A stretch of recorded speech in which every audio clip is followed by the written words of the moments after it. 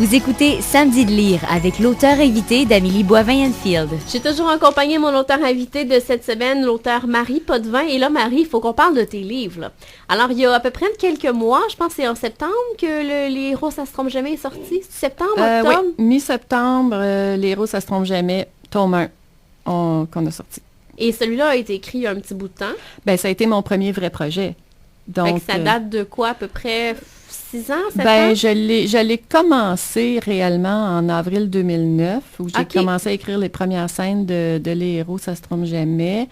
Il y a eu tellement de versions, il a été retravaillé, réécrit, il a été réécrit. Il y a eu une première vraie grosse réécriture avec les éditions Numérique Livre.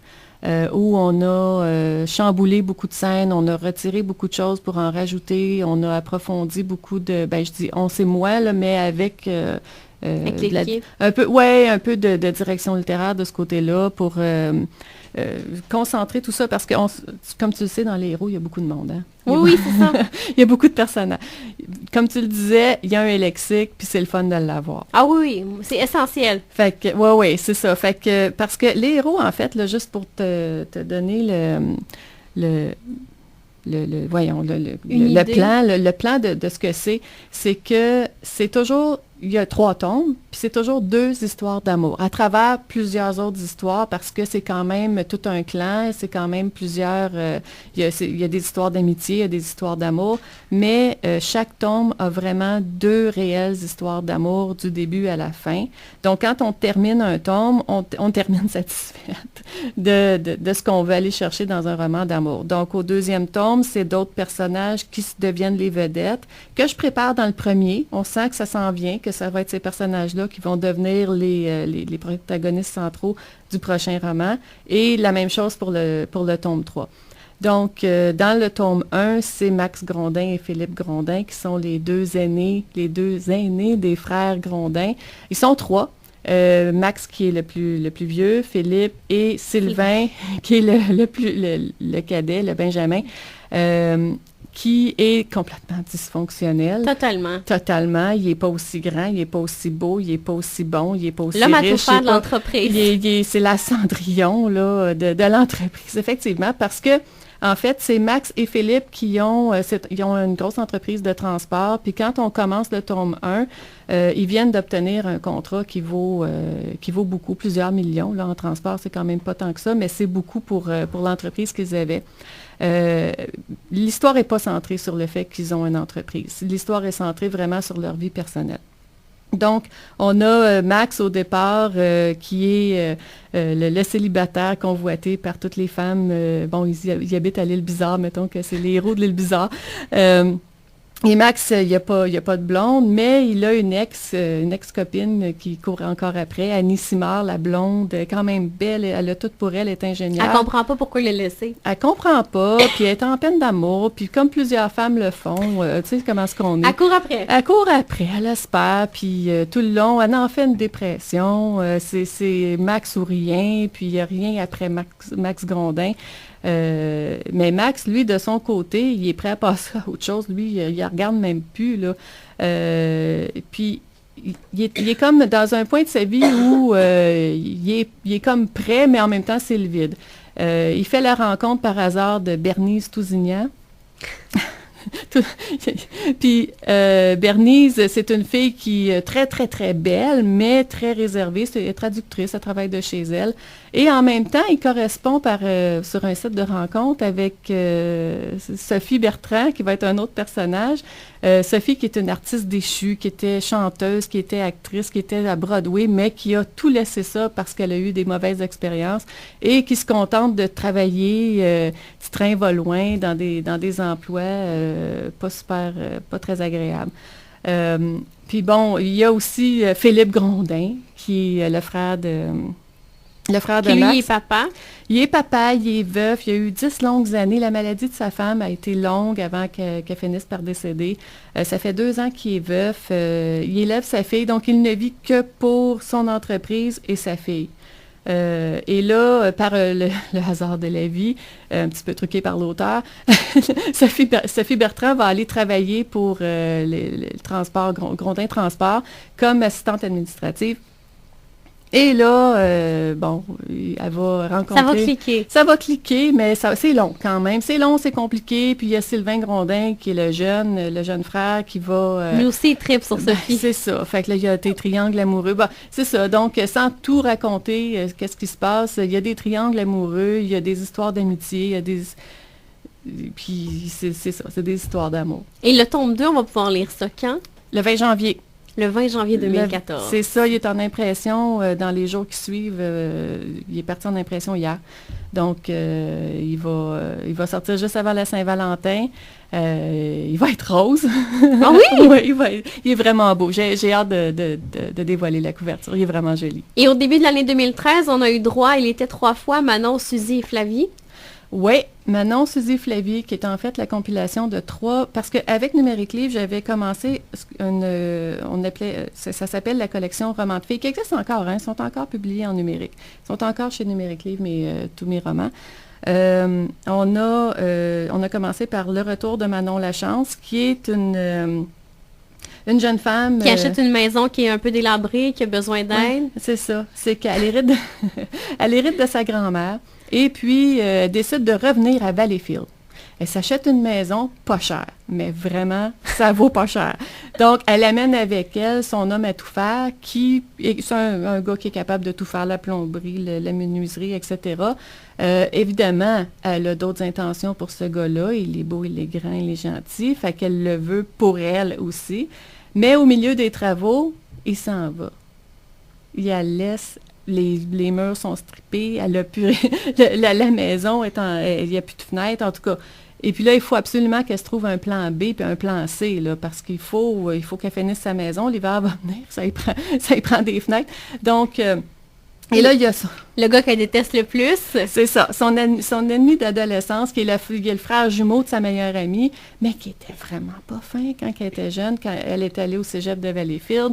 Il a fait des coups de cochon. Il n'était pas gentil. Puis, on découvre à travers le livre pourquoi il était comme ça, pourquoi il a... qu'est-ce qu'il a fait à travers les années pour changer. Puis elle le croit pas parce que ça fait comme 10, 15, 20 ans qu'elle ne l'a pas vu. Puis elle pense qu'il est toujours comme il était. Donc, lui, il arrive, puis il essaie de se racheter, puis il sait qu'il n'était pas correct. Il essaie de se racheter, puis lui, il travaille dans le milieu de la construction. Il y a des immeubles. Il veut l'aider. Elle ne veut pas. Il finit par réussir à l'aider, etc. Bon, on s'entend que c'est une romance, donc... On ne racontera pas toutes les punches non plus, là. Et on a Suzy. La fameuse Suzy qu'on va retrouver un petit peu dans Les héros, ça se trompe jamais. Ben oui, parce que Suzy, c'est la sœur d'un des personnages principaux, Sophie Bertrand, du tome 1. Donc, Suzy, c'est une femme qui à peu près, quand on arrive à Suzy et l'homme des bois, Suzy et l'homme des bois, c'est un spin-off des héros. C'est comme un peu la suite du tome 2. Donc, Suzy, c'est une célibataire, elle a 37 ans, elle travaillait en finance, elle a eu bien de la misère à un moment donné. Elle avait sa propre entreprise, elle a eu bien de la misère. Et puis, elle s'est retrouvée dans une situation pas le fun, elle vivait avec sa mère. Et puis, quand on arrive à Suzy, l'homme des bois, elle remplace en relevant un défi quelqu'un d'autre qui était supposé aller faire la cuisine à 12 ex-détenus dans le bois.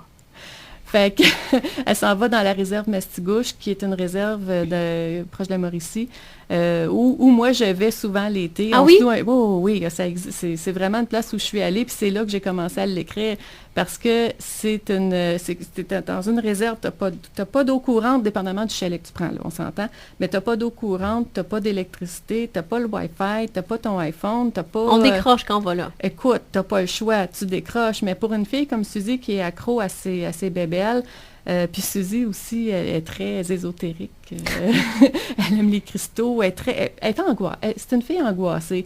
Donc, elle va s'accrocher à des gris-gris et à des choses comme ça pour se rassurer. Elle a son petit cristal au cou, elle a ses affaires, ses roches dans ses poches. C'est une fille qui vit de l'anxiété. Donc, elle rencontre Frank Thibault qui va aller qui va la chercher, qui l'amène dans le bois. Puis lui, c'est le leader du groupe. Donc, c'est lui, en quelque part, qui s'assure de sa sécurité de belle façon. Puis, c'est comédie romantique, vraiment. Là. Et Flavie? Et Flavie, Ben, Flavie, c'est une autre jeune femme qui est très éduquée. Elle a une maîtrise, mais elle sert des cocktails sur la rue Saint-Denis pour vivre. Puis, son rêve, c'est d'avoir un appartement sur le plateau Mont-Royal. Ça coûte cher, hein? C'est ça. Elle n'a pas une scène, puis elle veut un appart. Fait que, mais pas n'importe où, sur le plateau. Fait que, elle se retrouve, au fil du hasard et des rencontres qu'elle fait, dans l'édifice de deux frères, Mathieu et Hugo. Et les deux frères sont en guerre totale, mais elle ne sait pas. Puis Hugo lui loue, pas cher, l'appartement de Mathieu. Fait que là, puis Mathieu est en France. Mais quand Mathieu arrive, puis il voit, c'est parce que c'est mon appartement. Donc, il s'installe avec elle. Il n'y a même pas dehors, il s'installe avec. Fait que là, je ne dirais pas tous les punchs, là, ben, c'est ça. Mais bon, il s'installe avec. On est dans une situation de conflit de ce côté-là, mais en même temps, et bon, puis il y a une guerre entre les deux frères. Elle ne sait pas qui a raison. Les deux disent le contraire. Et puis, à un moment donné, c'est ça, les choses vont se dénouer, là. Fait que... Et rapidement, parlons de l'Aventurière des causes perdues qui vient juste d'être lancée il y a à peine quelques semaines. Oui, l'Aventurière, c'est, la chanson Évangeline qui a été, moi, la version... Instigatrice de ça. Ben, c'est ça. Moi, la version que j'ai beaucoup, beaucoup aimée, c'est celle de Dany Blanchard de Star Academy. J'ai écouté cette chanson-là très souvent. Et puis, à ce moment-là, ça a commencé un petit peu comme, je me faisais plaisir. J'ai créé une Évangeline moderne avec son Gabriel moderne. Et puis, j'ai suivi la chanson.